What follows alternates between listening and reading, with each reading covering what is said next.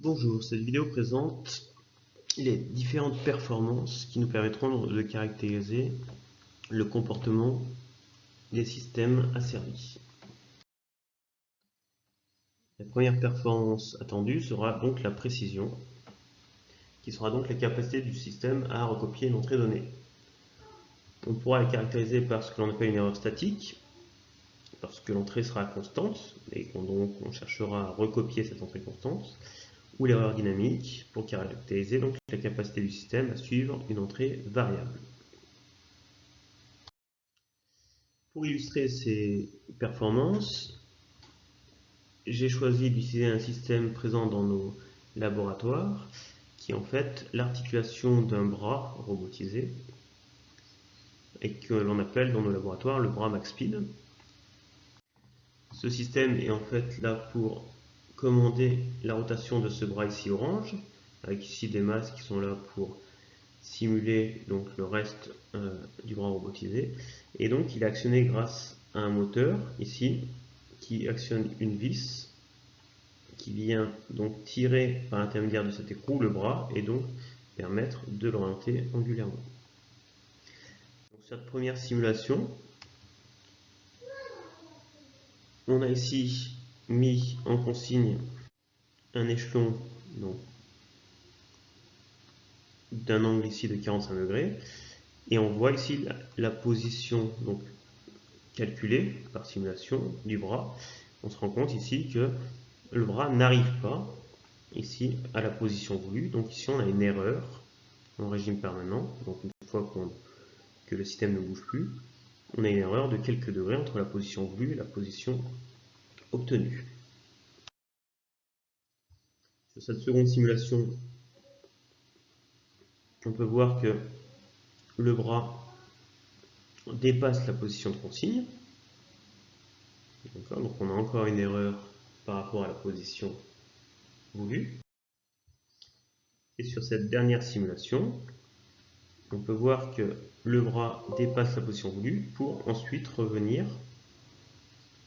et donc tendre vers la position voulue. Et donc on voit qu'en régime permanent, ici on va avoir une erreur qui sera a priori nulle.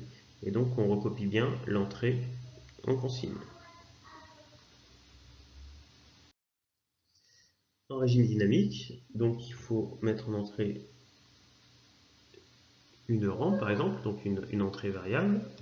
Donc ici on a mis une rampe en entrée, une rampe de position, donc on monte toujours donc, la position angulaire, et on voit que la position calculée, donc simulée, prend un peu de retard, en retard temporel, donc on arrive à la position de consigne avec un certain retard, et donc on a ce qu'on appelle un temps donné, par exemple ici, à 1,5 secondes, on a ce qu'on appelle une erreur de traînage ici, qui est peut-être de l'ordre de 3 degrés.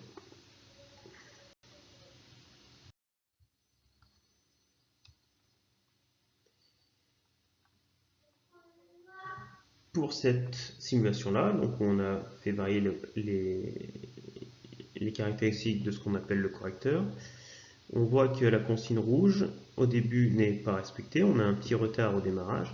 Et puis ensuite, on rattrape ce retard pour tendre vers la consigne. Et on voit qu'à partir, à peu près ici de 1 seconde, on a une erreur de traînage qui est nulle.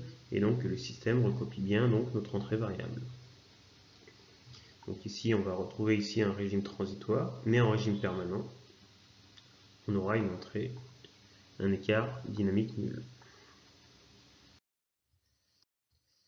La seconde performance que l'on étudiera est donc la rapidité du système.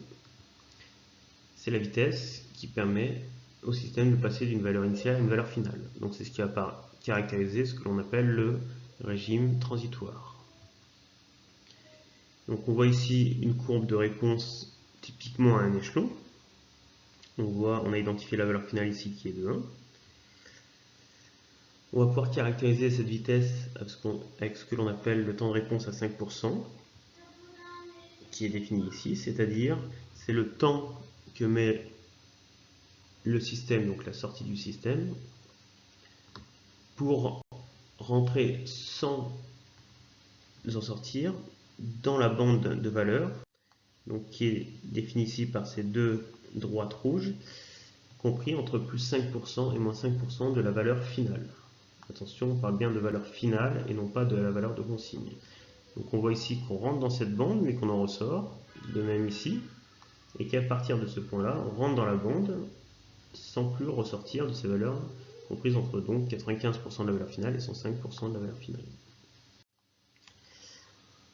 Et on pourra donc caractériser donc le régime transitoire défini par ce temps de réponse à 5% et le régime permanent, donc une fois qu'on est arrivé donc dans cette bande de valeurs. On peut caractériser aussi la vitesse du système, donc la rapidité du système, en définissant ce que l'on appelle un temps de montée, donc typiquement à 10% de la valeur finale. Et donc c'est le temps que met le système pour passer de 10% de la valeur finale à 90% de la valeur finale. Donc c'est un critère de rapidité où en fait on ne prend pas en compte les éventuels dépassements et oscillations du système autour de la valeur finale. Et donc ce qui nous intéresse, c'est donc cette partie du régime transitoire donc, qui est pratiquement linéaire d'une manière générale.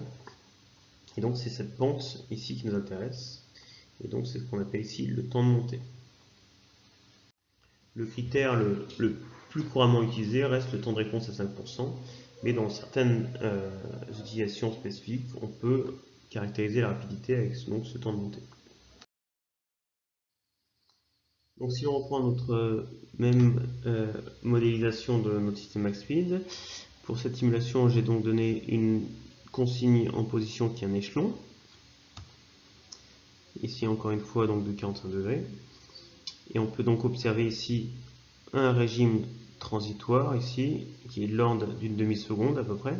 Alors il faut faire attention, ces simulations donc sont réalisées sur une échelle de temps et les animations utilisent parfois une échelle de temps plus longue pour permettre donc de voir les variations qui seraient donc plus courtes en temps réel.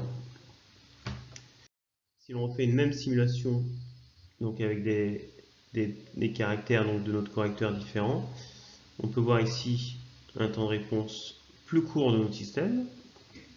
On voit ici que le régime transitoire est plus court. Sur cette troisième simulation, on a encore un temps de réponse plus court, avec ici un petit dépassement de la position finale. La troisième performance, donc la stabilité, sera plutôt étudiée d'un point de vue théorique en seconde année, donc en PSI. Et c'est donc la stabilité. On va considérer qu'un système est stable en boucle fermée si et seulement si, quartier de sa position d'équilibre, il y revient lorsque la perturbation cesse. Donc c'est à peu près la même définition qu'un système en équilibre que vous verrez en physique, avec les équilibres stables ou les équilibres instables.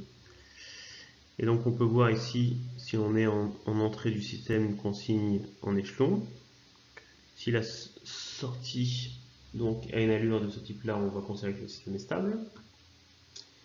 Si on voit une sortie qui est aussi grandement, le système sera donc considéré comme instable. Si on prend notre même système, donc avec notre modélisation du système MaxSpeed, on peut voir ici un comportement stable pour une réponse en échelon.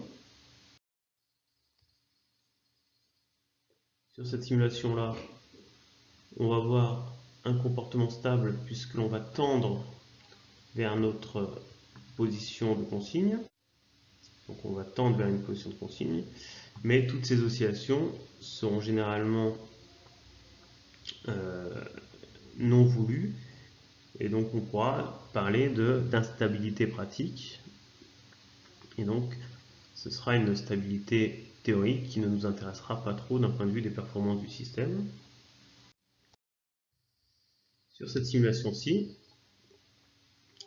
on voit que la consigne est constante et que la position de sortie diverge jusqu'à ici avoir un comportement donc erratique et donc impossible physiquement, mais qui montre donc l'instabilité du système donc avec les réglages donc de la commande et plus particulièrement du correcteur. La dernière performance attendu d'un système pourra être ce que l'on appelle l'amortissement. On a vu sur différentes simulations que le comportement du système pouvait s'avérer oscillant. Et donc un système avec des oscillations trop importantes donc manquera donc de stabilité pratique, comme évoqué précédemment,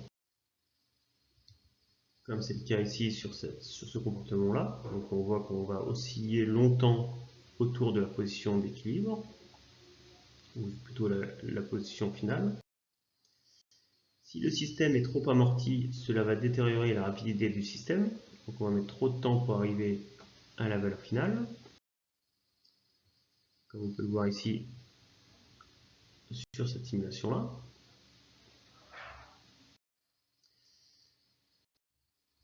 Et sur cette simulation-ci, on voit qu'on a de très courtes oscillations et qu'on converge très rapidement vers la valeur finale. Donc on peut considérer ici que c'est un système qui est bien amorti.